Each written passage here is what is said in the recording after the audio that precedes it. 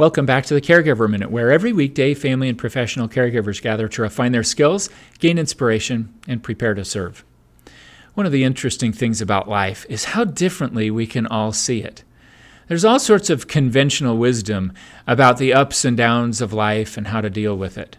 And certainly, as family and professional caregivers, we run into all sorts of challenging situations. And some people feel like they're pretty optimistic in dealing with things, and others feel like they're kind of pessimistic. Oftentimes, optimists are called glass half full people, and pessimists are described as glass half empty kind of people. Well, when asked the proverbial, is the glass half full or is it half empty? I think a better answer is, it depends. It really depends on how the glass started. If you view the glass as starting full, and now it's at 50%, well, I think it's half empty. And if it started out completely empty and now it's at the 50% mark, it's half full. I think understanding this distinction and thinking a little bit differently might give us a tool for not being too polarized or extreme. I don't think anyone is fully an optimist or fully a pessimist. Sometimes people joke and say, I'm neither, I'm a realist. And I think what they're trying to say is, I'm just trying to balance those two ends of the spectrum.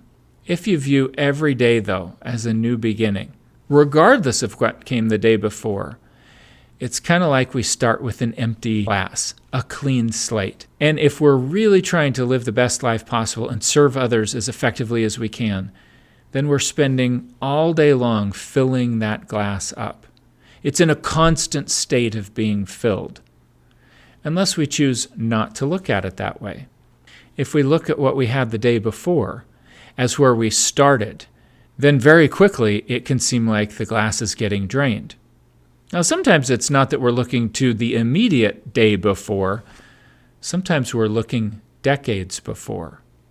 Think about the spouse who is really frustrated and resentful that he or she is not getting the retirement that they planned on because now they're caring for a loved one with Alzheimer's disease or Parkinson's dementia or some other neurodegenerative condition, and they can't travel the world. They can't do all the things that they wanted to do.